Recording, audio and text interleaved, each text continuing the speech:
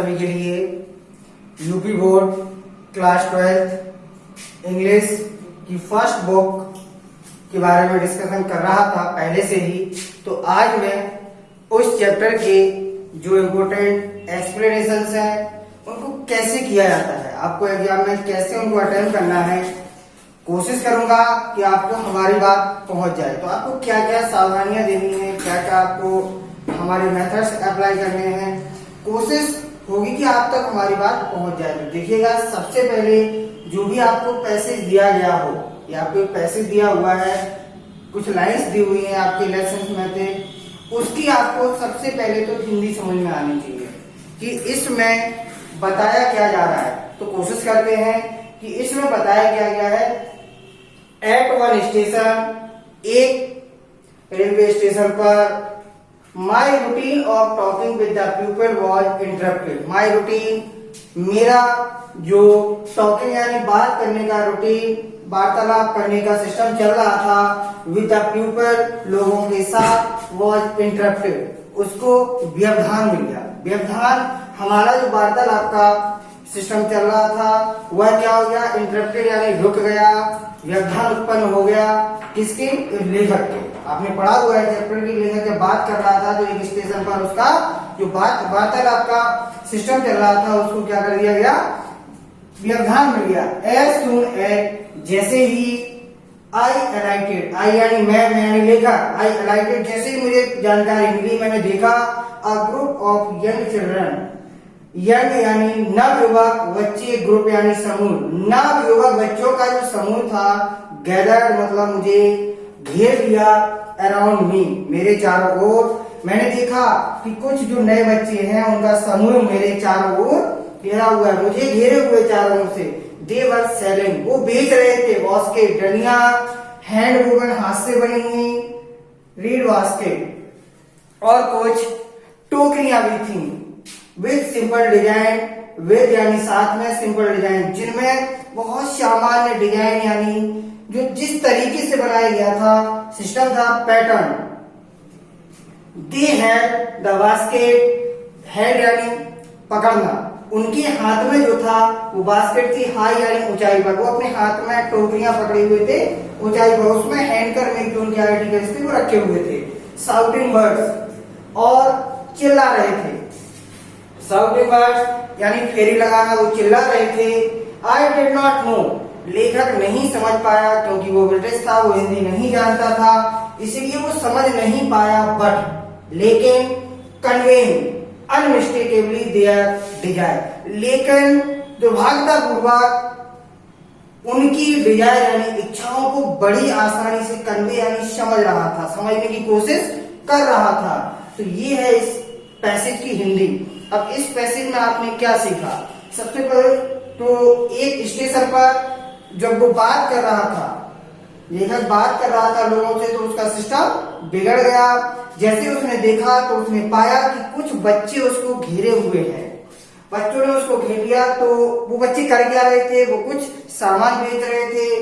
तो उन बच्चों के पास जो सामान था वो बहुत ही सामान्य था, टोकरियां दिए हुए थे, ऊंचाई पर उठाए थे लेखक से, यानी कि वहां ट्रेन में सभी से रिक्वेस्ट कर रहे थे परचेज करने के लिए। लेकिन लेखक उनकी बात को नहीं समझ पा रहा था, लेकिन उनके भाव समझ रहा था।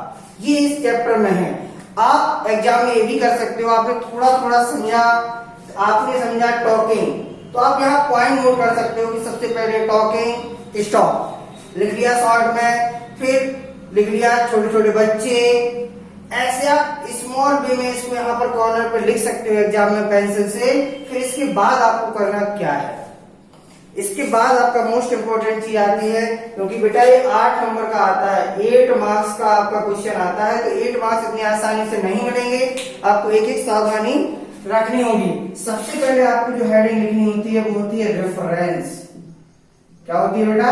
रेफरेंस। रेफरेंस में आपको लिखना किस तरीके से है, आप 2 पेन का यूज कीजिए, ब्लैक और ब्लू। ब्लैक से आप हमेशा उसकी हेडिंग डालिएगा रेफरेंस। अब रेफरेंस में लिखना क्या है, सबसे पहले these lines have been taken,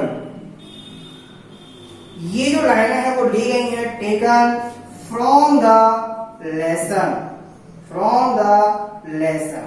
अब मोस्ट इंपोर्टेंट चीज, ये आपको सारे चैप्टर के, प्रोज में आपके 7 चैप्टर है, 7 चैप्टर के राइटर नेम और उनके लेसन नेम आने चाहिए।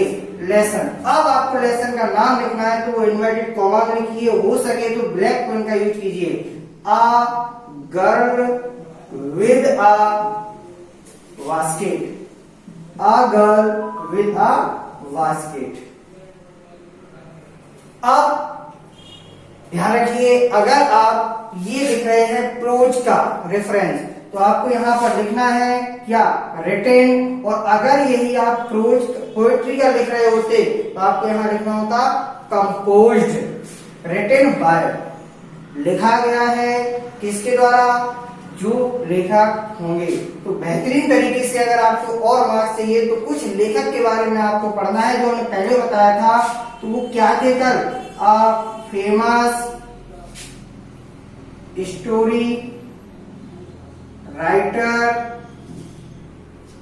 कौन थे आप फेमस स्टोरी राइटर, उनका नाम लिख दीजिएगा ब्लैक पेन से, William C Douglas, full stop, inverted comma, close. ये आपके 2 मार्क्स के लिए इनफ है।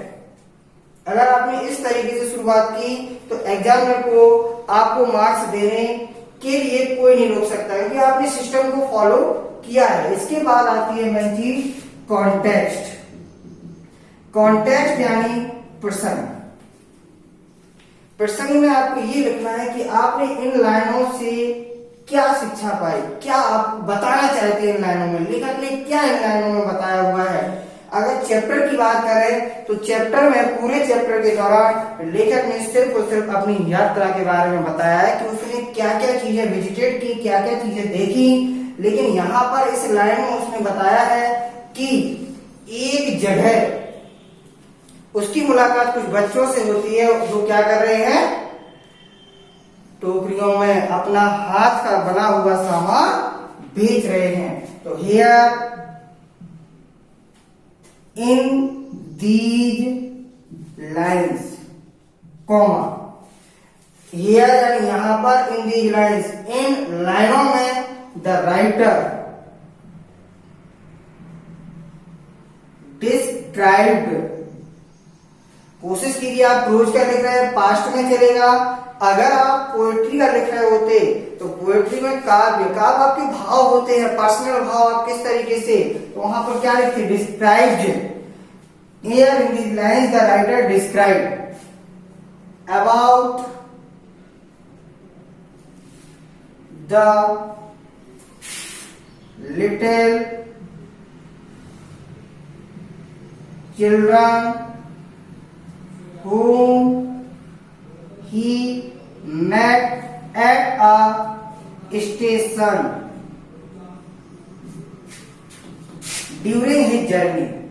अगर आप ये भी ऐड कर दो तो बहुत अच्छा, during his journey,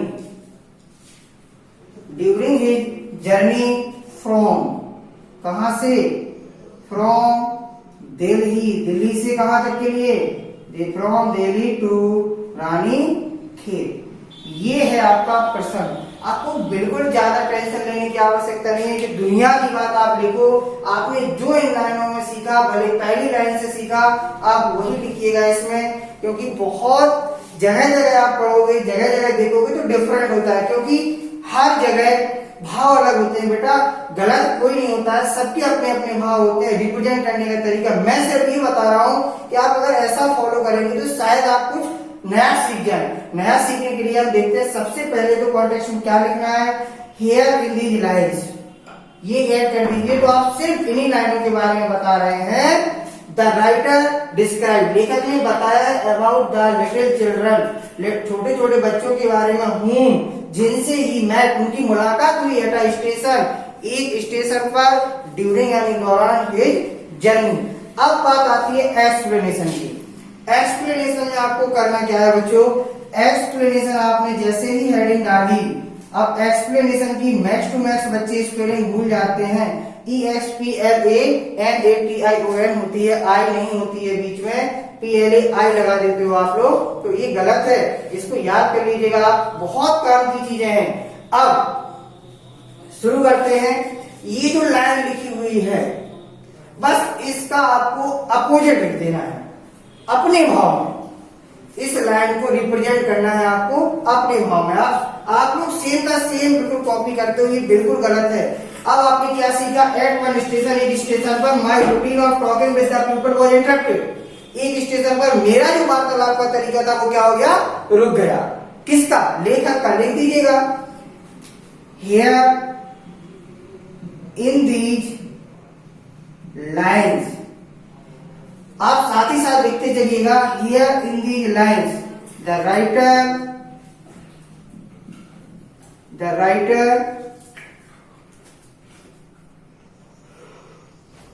told us that when he was going, सबसे पहले तो बताओ जा कहाँ रहा था? when he was going from New Delhi to Ranikhet by a train,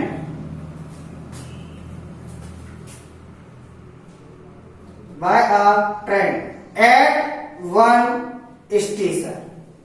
अब हमारा एक्सप्लेनेशन शुरू होता है।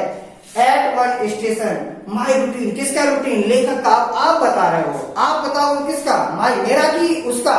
उसका। Very good.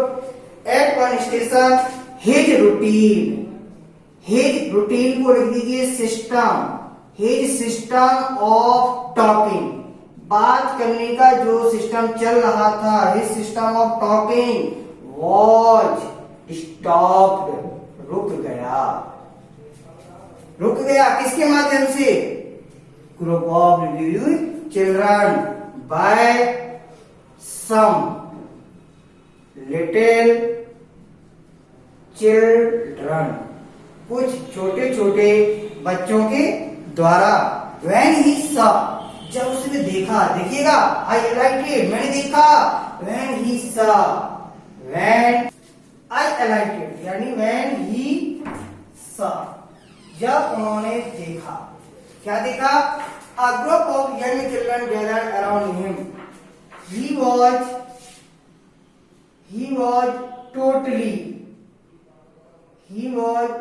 totally surrounded. SURROUNDED, surrounded by some little children. उन्होंने देखा कि वो कुछ छोटे छोटे बच्चों के द्वारा सराउंडेड, घेर लिए गए हैं। Who were selling, देखिएगा, they were selling मतलब who, जो बेच रहे थे, क्या? Basket. Who were selling a handmade, हाथ से बने हुए, some articles with, कुछ आर्टिकल से with, जिनमें क्या था? Simple design and pattern, with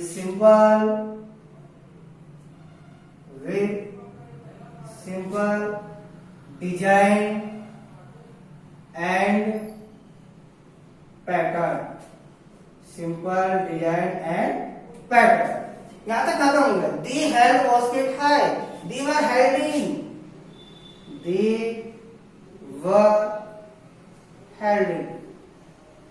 were holding the baskets into high, the basket high, गलियां क्या लिए हुए थे? ऊंचाई पर लिए हुए थे। Shouting and they were requesting, shouting यानी चिल्ला रहे थे। अब गरीब थे तो चिल्लाना, रिक्वेस्ट निवेदन ही कर रहे होंगे। Requesting very politely.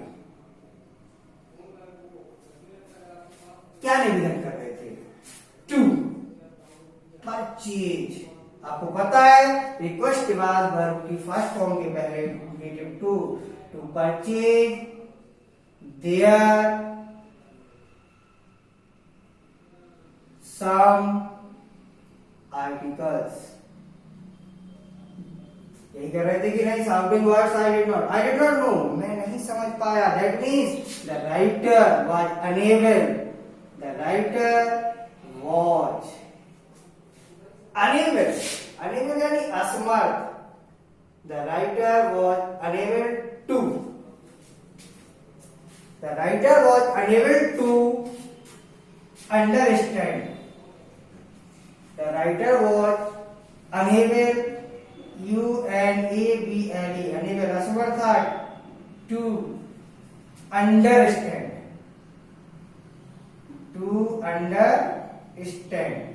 There language. But लेकिन देखिएगा, but conveying investigatively their desire, लेकिन उनकी भावनाओं को समझ रहा था। But he was able to understand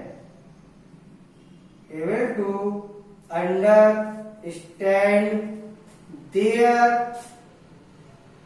feelings, उनकी भावनाएं।